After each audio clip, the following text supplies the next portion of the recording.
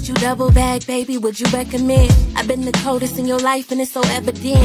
I know you driving back to home, you in your element. Can you get a moment of my time? I guess I'll make amends. Focus on the love, but just from a distance. Was a friend more than your lover, gotta know the difference. And if your love is kind, then baby, why this hurt the biggest? I've been the baddest since you met me, been counting chickens, being leveled up, being out the way. And if you happy where you... So what's up mga homies? So nandito na naman kami sa Notorious Motorsports.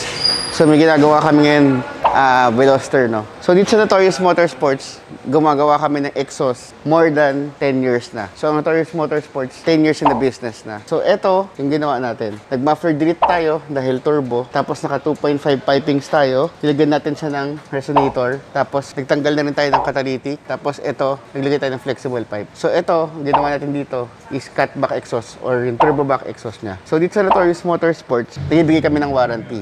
Ang warranty namin, almost 1 month warranty. Ginagawa namin yung mga kotse namin dito, yung mga kotse ng mga customer. In a span of 1 month, libre yung charge namin, basta covered ng warranty. Pero after ng warranty, syempre, may bayad na. Bakit? Kasi gagamit tayo ng lifter, gagamit tayo ng kuryente, manpower, pwesto. So, syempre, hindi naman masisira ang exhaust natin basta-basta kung hindi siya sumabit or kung hindi siya may tinamaan. So, lahat naman may wear and tear. So gusto ko lang ipaliwanag sa inyo na dito sa Notorious Motorsports, puro quality products ang kinakabit natin. Kaya lang syempre, kahit na quality products yan, kung sumasabit yan, umuuntog yan, kahit original pa yan, masisira at masisira yan. So syempre, kailangan i-check din natin na maigi yung mga exhaust natin or yung mga pinagpaparkingan natin o yung mga dinadaanan natin kung may tinatamaan yung exhaust na kinabit natin. Kasi kahit original yan, masisira yan basta pag may tinamaan yan. So ngayon, pakinggan na natin kung may tunog dito.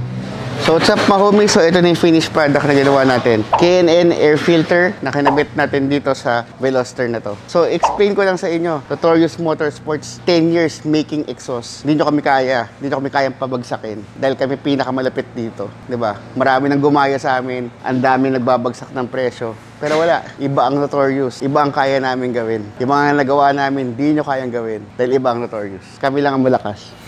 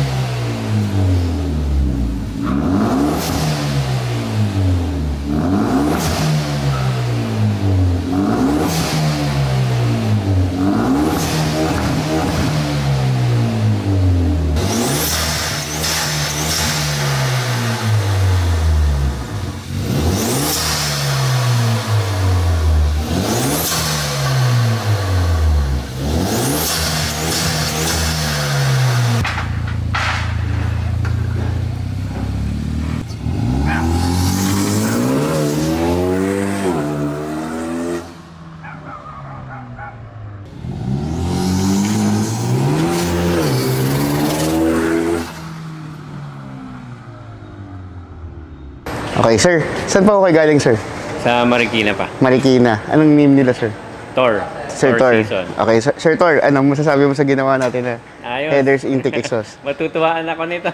Bumilis pa, sir? Bumilis? Bumilis. How about yung tunog, sir? Sarap sa tinga. Sarap. Okay, sir. Thank you. Thank you.